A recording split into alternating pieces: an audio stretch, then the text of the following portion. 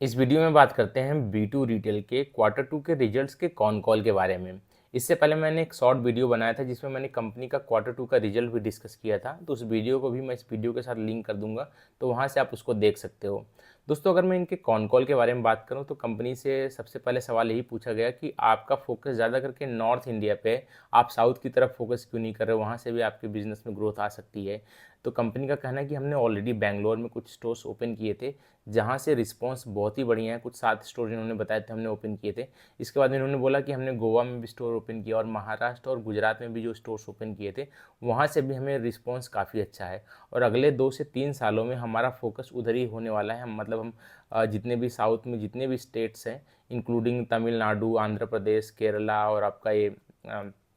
तेलंगाना और कर्नाटका वगैरह में, तो यहाँ पे भी हम बढ़ाएंगे, बल्कि हम पैन इंडिया लेवल पे अपने स्टोर्स को, अपने बिज़नेस को बढ़ाना चाहते हैं। तो अगले कई साल तक हमें पूरे इंडिया लेवल पे जो है कि हम इसमें स्टोर्स को ओपन करेंगे। इसके बाद में इनसे सवाल पूछा गया कि आपका जो एक QIP आपने अभी रेज किया है, जो फंड रेज किया है, उसका क्या यूजेस करने वाले हो, फंड को कहाँ पे यूज़ करने वाले। तो कंपनी का कहना है कि एक तो देखो, हम हमारे बिज़नेस में ग्रोथ इतना ज़्यादा है कि जो हम इतने हाई रेट से ग्रो कर रहे हैं तो हमें डिमांड काफ़ी अच्छा दिख रही है और हमें फटाफट मार्केट शेयर कैप्चर कर रहा है, क्योंकि कंपटीशन जैसे जैसे बढ़ता जाएगा, बाद में हम अगर किसी मार्केट में लेट वहाँ पे हम अपने स्टोर्स को ओपन करेंगे तो हो सकता है कि मार्केट शेयर ऑलरेडी किसी दूसरे प्लेयर के द्वारा वहाँ पे कैप्चर हो जाए। तो इसलिए हमें अपने स्टोर्स को ओपन करना है, मार्केट शेयर कैप्चर करना है। एक तो हम अपने स्टोर एक्सपेंसन को जो है कि बढ़ाना चाहते हैं। जो हमने सोचे थे, जो उन्होंने सोचा था कि हम पहले इस रेट से ग्रो करेंगे और हमें और तेज़ी रेट से ग्रो करना है। जैसे FY26 में इन्होंने बोला था कि हम 100 स्टोर ओपन करेंगे, लेकिन उन्होंने फिर बाद में बोला कि हम 130 स्टोर्स ओपन करने वाले हैं। बल्कि इन्होंने FY27 का स्टोर ओपनिंग का गाइडेंस दिया है कि 150 स्टोर हम FY27 में, मतलब अगले साल के फाइनेंशियल ईयर में ओपन करेंगे। तो इसके बाद में स्टोर ओपनिंग के साथ साथ में इन्होंने बोला कि हम अपने कुछ डेट को रिड्यूस करना चाहते हैं। जो हमारे ऊपर डेट है तो इंटरेस्ट कॉस्ट हमारा थोड़ा सा ज़्यादा रहता है, जिससे हमारा पैट मार्जिन थोड़ा सा घट जाता है। और तीसरा इन्होंने सबसे इम्पोर्टेंट बताया कि जो हमारे वेंडर्स हैं, जो हमारे लिए ये हमारे मतलब कपड़े वगैरह जो मैन्युफैक्चर करते हैं, इनको जो है कि हमें बिल डिस्काउंटिंग सर्विस मतलब वो देना है, ताकि वो जो है कि मतलब कहने का मतलब बिल डिस्काउंट में क्या होगा कि मान लीजिए कई बार क्या होता है कि जब ये वेंडर जो जो ये मैन्युफैक्चर करते हैं इनके लिए प्रोडक्ट वगैरह, तो अगर इनको पेमेंट टाइम पे नहीं मिलती है तो ये इनके इनके बिजनेस ऑपरेशन में बहुत सारी प्रॉब्लम्स आ जाती हैं। जैसे कि अपने एम्प्लॉयज़ को कई बार सैलरी टाइम पे नहीं दे पाते और डे टू डे एक्सपेंसेस में इनको जो है कि वर्किंग कैपिटल लोन भी लेना पड़ जाता है बैंक से। तो इनको इनका जो ऑपरेशन है थोड़ा सा वहाँ पे प्रॉब्लम्स आ जाती है, जो बिज़नेस ऑपरेशन होता है। तो और यहाँ पे दूसरे प्लेयर के लिए भी मौका बन जाता है कई बार, उनको जो है कि अपनी तरफ खींचने का, अगर उनको पेमेंट ज़्यादा बढ़ा के दे दिया। तो इनका कहना है कि अगर हम उनको टाइम पे पेमेंट देंगे तो उनकी ये सारी प्रॉब्लम्स ख़त्म हो जाएंगी और वो एक्सक्लूसिवली हमारे लिए काम करेंगे। इससे क्या होगा कि हमारी डिज़ाइंस वगैरह कॉपी नहीं होंगी और जो है कि वो उनसे हम जो है कि थोड़ा सा रेट पे भी, प्राइसिंग पे भी थोड़ा सा हम उनसे बार्गेनिंग कर सकते हैं, जिससे हमारे मार्जिन आने वाले टाइम में बढ़ सकता है। तो ये इन्होंने बताया कि हमारा QIP का ये रहेगा। इसके बाद में इनसे सवाल पूछा गया कि आपका ये जो मार्जिन है, जो सेम स्टोर सेल्स ग्रोथ का जो जो नंबर है, इसके इसके बारे में कुछ आप गाइडेंस को बढ़ाना चाहते हो, क्योंकि इतना इतना अच्छे रेट से आप बिज़नेस को ग्रो कर रहे हो। अगर आपका मार्जिन बढ़ेगा तो यहाँ पे इन्वेस्टर के तो पैसे अच्छे बनेंगे। तो इनका कहना है कि देखो, हम जो इतने हाई रेट से ग्रो कर रहे हैं, अगर हम मार्जिन वगैरह पे ज़्यादा करेंगे, नहीं हम अपने प्रोडक्ट के प्राइस वगैरह को बढ़ाएंगे, तो यहाँ पे हो सकता है कि हमारा सेल्स वगैरह इतना ना अच्छे तरीके से बढ़े। तो हम इसलिए क्या करते हैं कि हम मार्जिन अपने लिए कम रखते हैं, ताकि कस्टमर को एक अच्छा वैल्यू का प्रोडक्ट उसको कम प्राइस में दे सके, मतलब प्रोडक्ट भी अच्छा हो और हम प्राइसिंग वगैरह भी कम रखते हैं। तो इसीलिए क्या करते हैं कि हमारा अभी फोकस जो है कि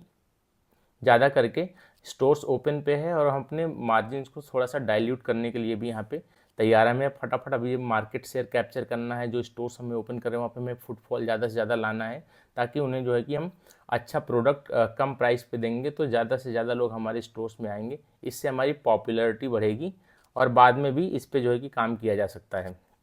इसके बाद में इनसे पूछा गया कुछ और सवाल पूछे गए इनको, जैसे कि इनकी कंपनीज में कुछ आर्ट्रेशन वगैरह हुआ था, मतलब कुछ किसी पोस्ट पे कुछ एम्प्लॉय जो है कि जॉब वगैरह छोड़ के चले, जैसे मान लीजिए कोई हाई पोस्ट पे है जिसके जिसके अंडर में बिजनेस ऑपरेट करता है, अगर वो जॉब छोड़ के जाता है तो कंपनी के लिए थोड़ी सी प्रॉब्लम हो जाती है, क्योंकि उसको बहुत सारी चीज़ें कंपनी के बारे में पहले से पता होती है। अगर मान लीजिए वो छोड़ के कोई मतलब एक ऑपरेशन हेड या कोई मान लीजिए आपका ये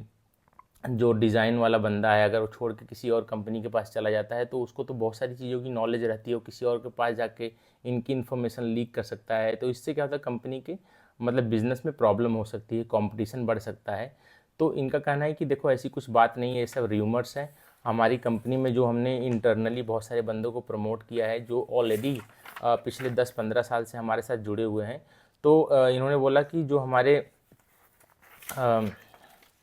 हमारे कोर मर्चेंडाइजिंग और डिज़ाइन हेड है वो पिछले 10 से 20 सालों से हमारे साथ जुड़े हुए हैं। इसके बाद में इनका कहना है कि देखो जो स्टोर लेवल पे जो आल्ट्रेशन होता है, मतलब जो एम्प्लॉय जो सेल्स एजेंट होते हैं स्टोर्स के अंदर काम करते हैं, ये काफ़ी नॉर्मल है रिटेल कंपनी में, और इससे कोई कंपनी में हमें कोई प्रॉब्लम नहीं है, उनके हाथ में ज़्यादा कुछ होता नहीं है। तो अगर वो नए बंदे वहाँ पे आते भी हैं तो हमने अपना सिस्टम को ऐसा बना रखा है कि 1 से 2 दिन के अंदर ही उनको ट्रेन किया जा सकता है। मतलब अगर नए भी बंदे ज्वाइन करते हैं तो उनको 1 से 2 दिन के अंदर ट्रेन किया जाता है, तो वो वहाँ पे कोई बड़ी प्रॉब्लम है नहीं। हालांकि इन्होंने बोला कि हमारा सीईओ और हाँ सीईओ की पोस्ट इनकी खाली है। इनका कहना है कि अगर कोई अच्छा टैलेंट वाला बंदा हमें मिलेगा, मतलब कोई अच्छा एम्प्लॉय मिलेगा तो हम उसको ज़रूर हायर करेंगे, क्योंकि उससे क्या होगा कि मैं अपना पूरा का पूरा फोकस अपनी स्ट्रैटेजी बनाने में, अपनी बिज़नेस को ग्रो करने में लगा सकता हूँ। बिज़नेस ऑपरेशन वगैरह सीईओ जो है कि देख सकता है।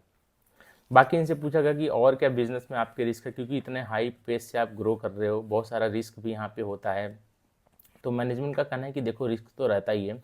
अब यहाँ पे इनका बोलना है कि सबसे बड़ा रिस्क तो इन्वेंट्री का होता है। तो कंपनी ने कहा है कि हम बहुत सारा जो है कि हम टेक्नोलॉजी यूज़ करते हैं जहाँ से हम कस्टमर्स के डेटा को कलेक्ट करते हैं, क्या ट्रेंड में चल रहा है, क्या लोगों को पसंद आ रहा है, तो उस तरीके से हमें पता चलता है और उसी तरीके से हम अपनी डिज़ाइंस वगैरह को बनाते हैं। और ऐसे प्रोडक्ट जो नहीं मतलब बिक रहे होते हैं, तो ऐसे प्रोडक्ट को हम फटाफट जो है कि उसको निकाल देते हैं अपने अपने स्टोर से। और ये दूसरा इन्होंने बताया कि हमने जो कि एक एक होता है कि हम अगर रॉन्ग लोकेशन हमने सेलेक्ट कर लिया जहाँ पे फुटफॉल इतना है ही नहीं, वहाँ पे हम इतना खर्चा कर देते हैं और बाद में हमें उस स्टोर्स अगर बंद करना पड़े या वहाँ पे फुटफॉल वैसा ना आए तो हमें जो है कि लॉस वहाँ पे हो सकता है। इसीलिए हमारे पास मतलब इन्होंने बताया कि हम क्या करते हैं कि हम कई लेयर उसमें वहाँ पे होता है, हम उसको वेरीफाई करते हैं। एक तो हम उसको मतलब वहाँ पे इनकी कई सारी टीम जो विजिट करती है, सारे रिसर्च करते हैं कि कहाँ पे फुटफॉल कितना आ सकता है, किस टाइप्स के यहाँ पे कस्टमर हैं, किस टाइप की चीज़ें, और लोकेलिटी के बारे में पूरा पता करते हैं। और 4-5 लेयर के वेरिफिकेशन के बाद में जब सारे लोग जो होते हैं जो उस पूरे वेरिफिकेशन प्रोसेस को करते हैं, अगर वो लोग सब साइन करते हैं कि हाँ सब सारे चेकलिस्ट को मतलब पूरा करता है वो लोकेशन, तब जाके ये स्टोर्स ओपन करते हैं। इसके बाद में इन्होंने बताया कि इसके बाद में दूसरा एक रिस्क होता है यहाँ पे वेंडर डिपेंडेंसी का, यानी कि जो ये वेंडर होते हैं, अगर मान लीजिए वेंडर हमारे पास कम है, तो क्योंकि हमारे पास डिमांड इतनी ज़्यादा है, तो इन्होंने बोला कि आज की डेट में हमारे पास 180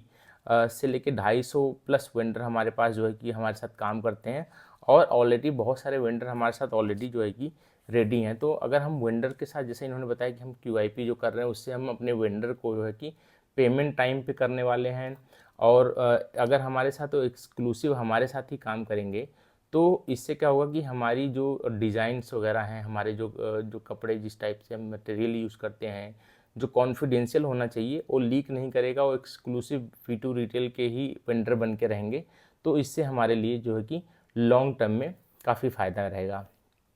तो ये सारे इंसाइट्स थे इनके कॉन कॉल्स को लेके। बाकी दोस्तों अगर मैं लॉन्ग टर्म की बात करूँ तो कंपनी का कहना है कि देखो हम अगले बहुत सालों के लिए, मतलब फॉरसीएबल फ्यूचर तक उन्होंने बताया कि हम जो है कि अगले कई सालों के लिए इसी रेट से ग्रो कर सकते हैं। अभी मार्केट में बहुत अपॉर्चुनिटी दिखती है, क्योंकि आप पर्सनली भी विजिट करोगे V2 रिटेल में तो आपको लगेगा कि हाँ सच में कितनी यहाँ पे क्राउड यहाँ पे आ रहा है। तो काफ़ी अच्छा दिखता है इनका फ्यूचर। कंपनी जो जो भी इन्होंने गाइडेंस दिया था कि जिस रेट से इनका सेल्स वगैरह ग्रो कर रहा है उसको भी काफ़ी अच्छी रेट से आउट परफॉर्म कर सकते हैं, क्योंकि Q1 और Q2 इनका काफ़ी अच्छा गया है। और Q3 में भी इन्होंने बोला कि डिमांड काफ़ी अच्छी है, जीवन में हमारी जो एक्सपेक्टेशन है उससे भी बढ़ के यहाँ पे जो है कि हमारी सेल्स वगैरह आ रही है। जैसे कि दिवाली वगैरह गया है अभी, इसके बाद में आपका ये जो शादियों वगैरह का सीज़न आ रहा है यूपी बिहार में, जो है कि अभी शादियाँ इस समय नॉर्थ में कितनी शादियाँ होती हैं, तो इन सब की डिमांड अभी जो है कि काफ़ी ज़्यादा है। तो मैनेजमेंट काफ़ी कॉन्फिडेंट है और मुझे लगता है कि काफ़ी अच्छा यहाँ पे एक अपॉर्चुनिटी बनती है दोस्तों। बाकी अगर कोई सवाल है आपको इससे रिलेटेड, आप कमेंट बॉक्स में ज़रूर लिखें। चलिए, बहुत बहुत धन्यवाद आपका।